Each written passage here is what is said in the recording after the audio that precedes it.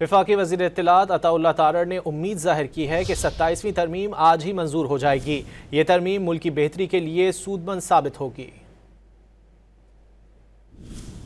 तरमीम पास हो जाएंगी सेनेट से। आपको भी शक है? सर कोई सुनने में आया कि पीपल्स पार्टी के साथ कोई डेडलॉक चल रहा है। नहीं, प्रॉपर टॉक करते हैं इस पे।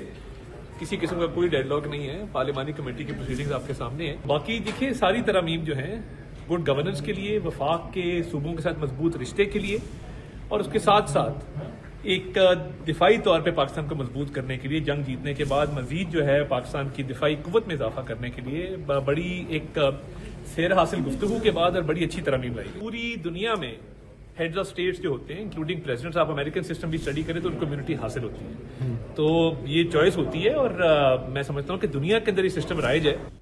तरमीम पास हो जाएंगी सेनेट से। आपको भी शक है?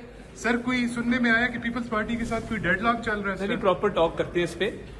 किसी किस्म का कोई डेडलॉक नहीं है। पार्लिमानी कमेटी की प्रोसीडिंग्स आपके सामने है। बाकी देखिए, सारी तरमीम जो है गुड गवर्नेंस के लिए, वफाक के सूबों के साथ मजबूत रिश्ते के लिए और उसके साथ साथ एक दिफाई तौर पे पाकिस्तान को मजबूत करने के लिए, जंग जीतने के बाद मजीद जो है पाकिस्तान की दिफाई कुव्वत में इजाफा करने के लिए बड़ी एक सैर हासिल गुफ्तगू के बाद और बड़ी अच्छी तरमीम लाई। पूरी दुनिया में हेड्स ऑफ स्टेट्स जो होते हैं, इंक्लूडिंग प्रेसिडेंट्स, आप अमेरिकन सिस्टम भी स्टडी करें तो उनको इम्यूनिटी हासिल होती है। तो ये चॉइस होती है और मैं समझता हूँ कि दुनिया के अंदर ये सिस्टम राइज है।